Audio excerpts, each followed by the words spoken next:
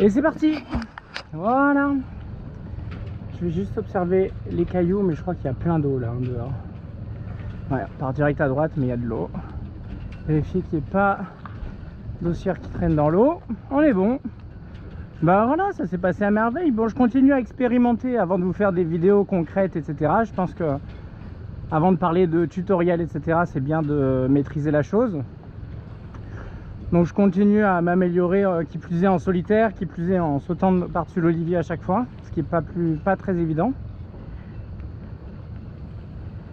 Mais bon, voilà, quand j'aurai maîtrisé bien la situation, vent de dos, vent de face et vent de travers, et ben je pourrais vous partager un peu plus la méthodologie. Mais c'est vrai que, comme je l'ai souvent dit, j'ai rarement l'occasion de voir des gens partir en solitaire, qui plus est sans assistance, donc sans l'aide de la capitainerie ou des voisins. C'est extrêmement rare. J'en ai très peu vu, voire quasi pas vu. Donc du coup, évidemment il y a la théorie, hein, il y a la théorie, ça c'est une chose, mais après c'est bien aussi de voir un peu la pratique,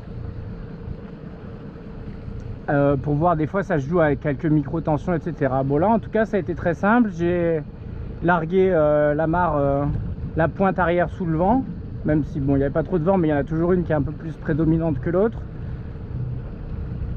Du coup le bateau s'est mis un petit peu plus à peine en travers, avec du coup entre la pendille et la dernière haussière.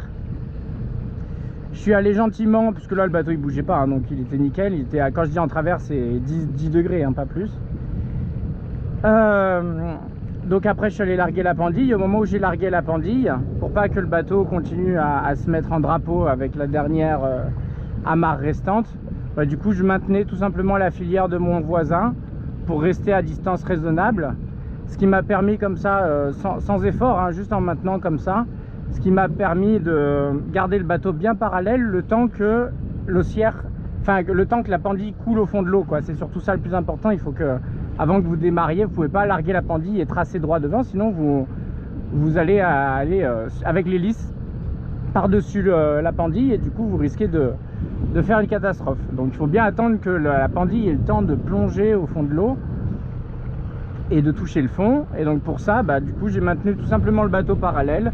Une fois que la pendille a touché le fond, j'ai lâché le bateau, le mien était parallèle, j'ai largué la dernière haussière qui était en double, et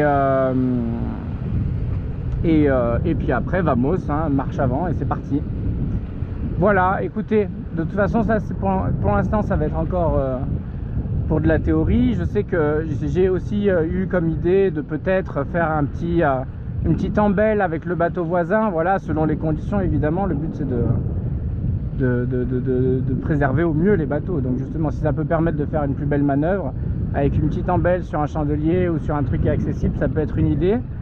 Et puis sinon on verra. Voilà, écoutez, c'est pour ça que pour l'instant je pense que vous êtes curieux de savoir comment ça se passe, notamment pour tous ceux qui naviguent en Méditerranée. Je pense que ça viendra avec le temps, et un jour il y aura des vidéos. Pour l'instant elles se sont toutes bien passées, et si elles se sont toutes bien passées, c'est aussi parce que peut-être que j'étais pas en train de filmer et en train d'expliquer en même temps, et que j'étais bien concentré sur ma manœuvre. Voilà, donc écoutez, sur ce, regardez Villefranche un petit peu, c'est quand même mignon, hein. On voit là toute la citadelle fortifiée que je vous avais expliqué, et là il y a la plage avec la ville et tout, il y a des petites ruelles toutes mignonnes et tout.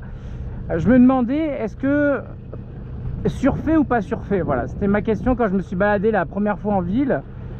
Je me suis dit, est-ce que c'est très surfé ou c'est de la fausse authenticité, et au final c'est vraiment un club de vacances géant, une vraie station balnéaire comme il y en a des milliers. Et du coup au niveau des prix, pareil.